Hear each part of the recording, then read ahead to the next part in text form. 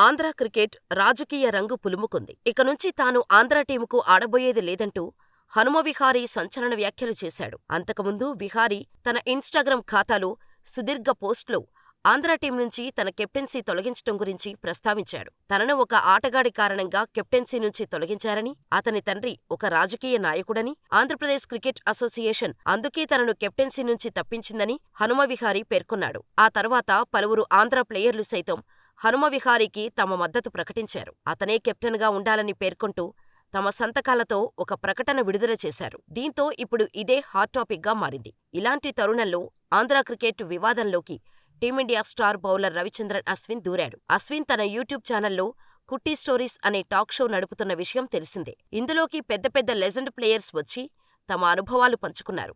అయితే ఇప్పుడు ఇదే టాక్ షోకి హనుమ విహారీని ఆహ్వానించాడు అశ్విన్. విహారీ గారూ, మీరు రెడీగా ఉన్నారా? కుట్టి స్టోరీస్లో మాట్లాడుకుందాం అంటూ అశ్విన్ సోషల్ మీడియా వేదికగా పేర్కొనగా, దానిని తాను రెడీ ఉన్నానని, మీరు ఎప్పుడు అంటే అప్పుడే అని హనుమ విహారీ పేర్కొన్నాడు. దీనికి సంబంధించి పోస్ట్ వైరల్గా మారింది. అయితే ఈ షో ఎప్పుడు వస్తుందో కానీ భారత క్రికెట్లో ట్రెండ్ అవుతుంది అనేది నిజం.